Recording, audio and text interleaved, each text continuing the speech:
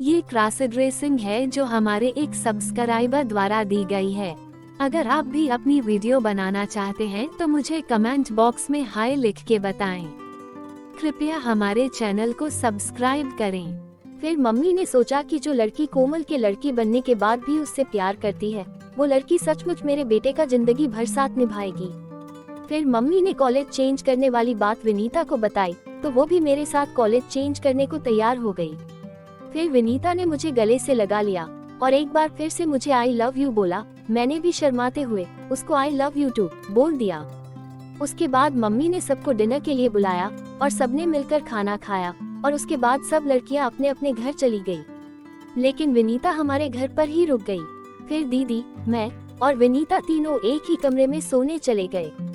फिर दीदी ने और मैंने नाइटी पहन ली। तभी दीदी ने मुझसे कहा, कोमल विनीता को भी अपनी एक नाइटी दी दो पहनने के लिए, नहीं तो उससे इन कपड़ों में सोया नहीं जाएगा। फिर मैंने अपनी एक नाइटी विनीता को पहनने के लिए दे दी। फिर विनीता बोली, तुम इस साल के पूरा होने तक लड़कियों की यूनिफॉर्म पहनकर तो कॉलेज में आ सकते हो। तभी मैंने कहा कि कॉलेज में सब लड़के मेरा मजाक उड़ाएंगे। विनीता बोली, सब तुमको लड़की ही समझते हैं, तुम्हारे बाल लड़कियों जैसे हैं और तुम्हारा शरीर भी अब लड़कियों जैसा हो चुका है। फिर ऐसे ही बातें करते हुए हम सो गए। फिर सुबह हम तीनों उठे और फ्रेश होकर नाश्ता किया। उसके बाद विनीता अपने घर चली गई और मैं हमेशा की तरह अपनी पैंट शर्ट और कोट पहनकर अपने स्कूल में चला गया। जब मैं टॉयलेट करने जा रहा था तो मुझे जेंट्स टॉयलेट में ही जाना पड़ा और वहाँ पर कुछ लड़कों ने मुझे छेड़ना शुरू कर दिया। तभी वहाँ अजय नाम का एक लड़का आया और उसने सबको वहाँ से भगाया और मुझसे पूछा, तुम एक लड़की होकर जेंट्स टॉयलेट में क्या कर रही थी? फिर मैंने उससे कहा, मैं लड़की नहीं लड़का हूँ और यहाँ टॉयलेट करने आया था। ये सुनकर अजय चौंक गया और मुझसे बोला, तुम देखने में बिल्कुल लड़की जैसे लगते हो और इसी वजह से ये लड़के तुम्हें छेड़ रहे थे, इसलिए मेरी बात मानो तो कल से लड़कियों वाली यूनिफॉर्म पहनकर ही स्कूल में आना और सबके साथ लड़कियों जैसे ही बात करना, नहीं तो सब तुम्हें ऐसे ही परेशान करते रहेंगे। फिर मैंने अजय को थैंक्स बोला और अपनी क्लास में आ गया।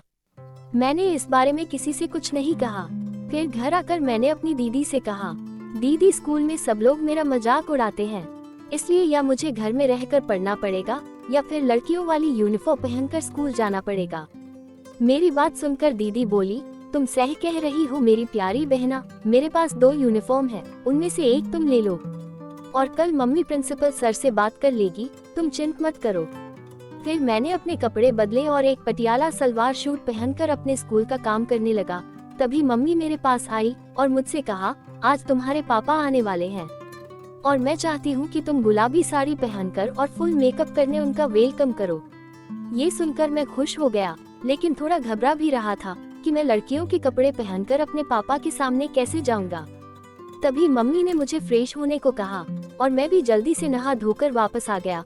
फिर मम्मी ने मुझे एक गुलाबी रंग का ब्लाउज पहनाया और फिर पेटीकोट पहना दिया।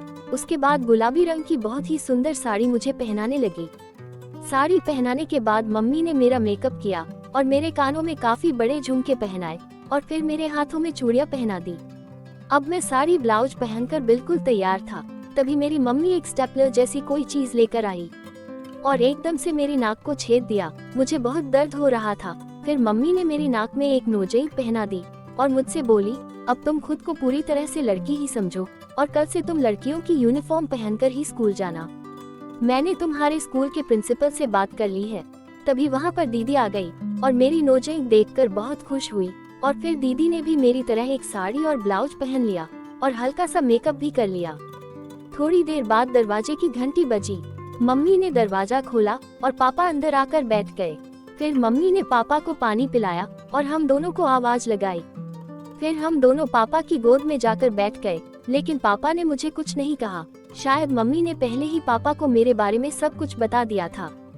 थोड़ी देर बाद पापा ने मुझसे कहा, देखो बेटा, लड़की होना बहुत ही मुश्किल होता है, समाज में बहुत संभल कर रहना पड़ता है, लेकिन मुझे उम्मीद है कि तुम मुझे निराश नहीं करोगे।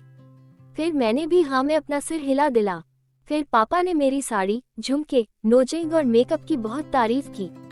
फिर हम सबने खाना खाया और सोने के लिए रूम में चले गए।